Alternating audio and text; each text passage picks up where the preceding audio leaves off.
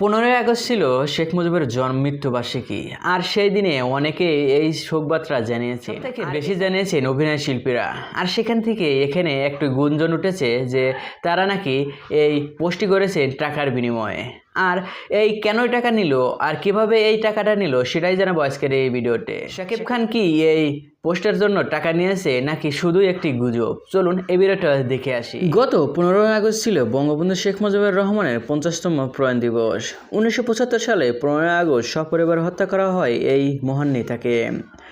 প্রতিবারের মতো গত 15ই আগস্ট শেখ মুজিবুর রহমানের মৃত্যুবার্ষিকীতে শোক জানাতে দেখা গেছে সব শ্রেণীর পেশার মানুষকে। তবে এবছর শোক দিবস পালনে কিছু বেশি নিষেধ থাকলেও সোশ্যাল মিডিয়ায় সতর্ক বার্তা ছেয়ে যায়।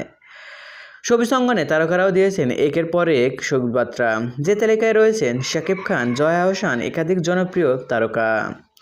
গত 15ই আগস্ট শেখ মুজিবুর রহমানের 50তম প্রয়াণ দিবসের সংস্কৃতি অঙ্কনে বহু তারকা সামাজিক যোগাযোগ মাধ্যমে শোকযাত্রা জানায়। তবে দিন শেষে সেই পোস্টগুলো ঘিরে অনলাইনে ছড়িয়ে পড়ে নির্দিষ্ট কিছু তারকাকে নাকি বঙ্গবন্ধু নিয়ে পোস্ট দেওয়ার জন্য অর্থ দেওয়া হয়েছে। গুজব আরও ছড়ায় যখন একটি কথিত ব্যাংক স্টেটমেন্ট ছবি ভাইরাল হয়, যেখানে দেখা যায় নির্মাতা অভিনেত্রী মেহজা আফরোজা শাওনের নামে স্ট্যান্ড ব্যাংক অ্যাকাউন্ট থেকে 13 থেকে 14 আগস্টের মধ্যে 9 জন অভিনয়শিল্পীর অ্যাকাউন্টে 20,000 টাকা পাঠানো হয়েছে। বিষয়টি থেকে তারকা মহলে থেকে ভক্তদের মাঝে তীব্র আলোচনা তৈরি হলে বিষয়টি যাচাই করে আন্তর্জাতিক ফ্যাক্ট চেকিং নেটওয়ার্কের স্বীকৃতি সংস্থা রিউমার স্ক্যানার বাংলাদেশ। সংস্থাটি জানায় সে ব্যাংক স্টেটমেন্টটি ভুয়া।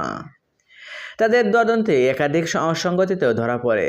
এর মধ্যে উল্লেখযোগ্য হলো স্টেটমেন্টে দেখানো অ্যাকাউন্টের নম্বরটি 13 সংখ্যার হলে সেই ব্যাংকের অ্যাকাউন্টের নম্বর 11 ডিজিটের। এই ছাড়াও যাচাই করে এই নম্বরের বিপরীতে কোনো অ্যাকাউন্টের অস্তিত্ব পাওয়া যায়নি। সঙ্গে লেনদেনের তথ্যকে অস্বাভাবিক বলছে রিউমার স্ক্যানার। তাদের মতে ভাইরাল হওয়ার স্টেটমেন্টে টাকা গ্রাহকের নাম উল্লেখ থাকলেও এসিসির আসল স্টেটমেন্টে গ্রাহকের নাম বা অ্যাকাউন্টের নম্বর প্রকাশ করা হয় না।